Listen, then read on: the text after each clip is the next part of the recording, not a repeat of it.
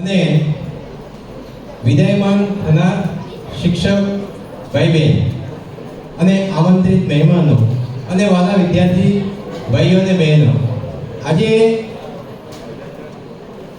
મારા ભાગે જે બોલવાનું છે એ થોડું આમ કહેવાય તો સરળ પણ છે અને અઘરું પણ છે.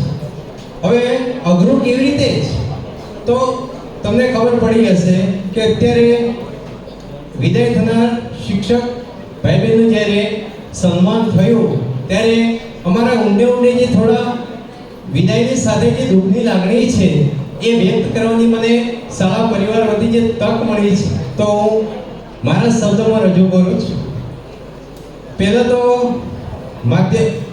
ઉચ્ચતર માધ્યમિક વિભાગમાં જે અંગ્રેજી વિષયના શિક્ષિકા તરીકે અમારી શાળામાં ઘણા ટાઈમથી નોકરી કરી છે અને અમારી સાથે ઓતપ્રોત થઈ અને એમને સ્વૈચ્છિક રિઝાઇન મૂકી અને અમારી શાળામાંથી જ્યારે વિદાય લઈ રહ્યા છે ત્યારે મારે એટલું જ કહેવાનું કે આપનું જીવન એક તંદુરસ્ત બને અને તમે તમારો જે કિંમતી સમય છે શાળા અત્યાર સુધી તો એવું લાગતું કે ભાઈ શાળામાં સમયસર પહોંચવું, પણ હવે તમે તમારો સમય ઘરે પરિવારમાં આપો એવી શાળા પરિવાર વતી શુભેચ્છા પાઠવું છું.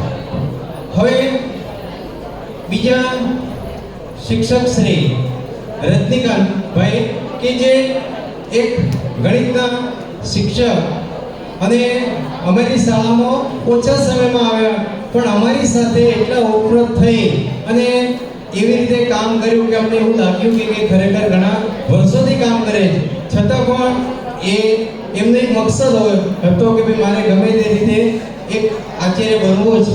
તો આચાર્ય બન્યા અને અત્યારે અમારી શાળામાંથી આચાર્ય બનવાના કારણે વિદાયમાન થઈ રહ્યા છે. તો શાળા પરિવાર વતી એમને પણ હું શુભેચ્છા પાઠવું છું. હવે બીજા જે ફિઝિક્સના કિંગ કહેવાય એવા અમારી શાળાની અંદર ફિઝિક્સ વિષયની અંદર તો બરાબર છે પણ બીજા કેટલાક એવા વિષયો છે કે જેમાં કોમ્પિટિટિવ એક્ઝામને લગતી વાત હોય, જીનીટની વાત હોય કે પછી કોઈ બીજી કોઈ શાળાકીય હોય કે રાજકીય કોઈ નેશનલ કક્ષાએ જવાનું હોય વિદ્યાર્થીઓને, ત્યારે શાળાના જે શિક્ષક છે એ લવલેસ છે કે જે ખરેખર એમને એવું લાગે કે ભાઈ એમને જવાની ઈચ્છા નથી પણ એમને અહીંયા અમદાવાદથી આવવાનું હોય, થોડું અપડાઉન કરવું ભારે પડતું હતું.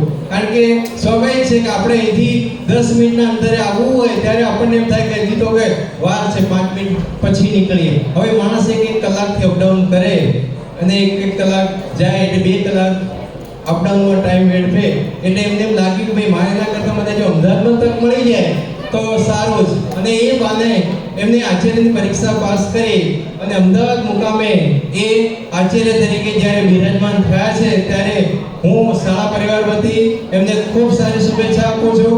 અને બીજું કે ભાઈ તમે જ્યાં જાઓ બંને આચાર્ય મિત્રો જ્યાં તમે તમારા લેવલે જ્યાં તમારું બેસ્ટ પરફોર્મન્સ આપી શકો ત્યાં આપજો.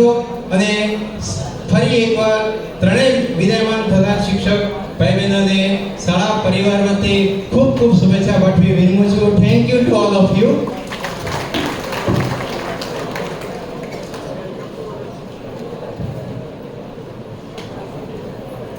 વિદાયમાં સેવાનિવૃત્ત શિક્ષિકા બેન શ્રીમતી રમીલાબેન પટેલ શાળા વિશે પોતાનો અભિપ્રાય રજૂ કરે.